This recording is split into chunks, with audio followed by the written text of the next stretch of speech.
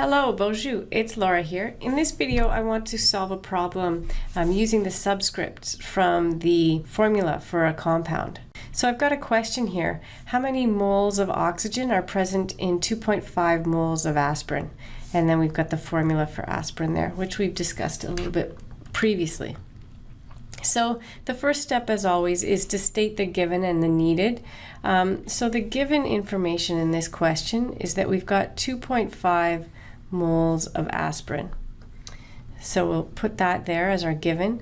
And then what do we need? So the question's saying how many moles of oxygen do we need? So moles of oxygen. So we want to write a plan to connect the moles of the compound to the moles of the element in the compound.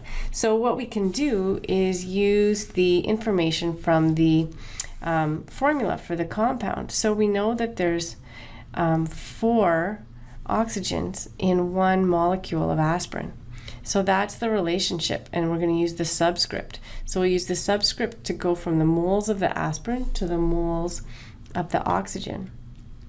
So we'll write the equality. So the equality is going to be 1 mole of the aspirin equals 4 moles of the oxygen. And then of course we can write that as a conversion factor with either one being on the top. Okay, so next we can take that information to actually solve the problem.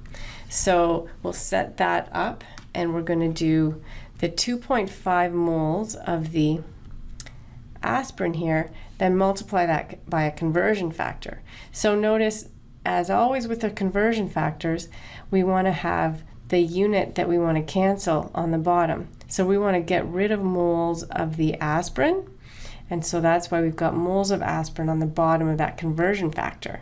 Does that sound familiar? I hope so. And then we're going to be left with moles of oxygen, and then that's good because that's what we need, and that's going to be what the answer is to our question. So then you just do the math, 2.5 times 4, and then that gives you 10 moles of oxygen.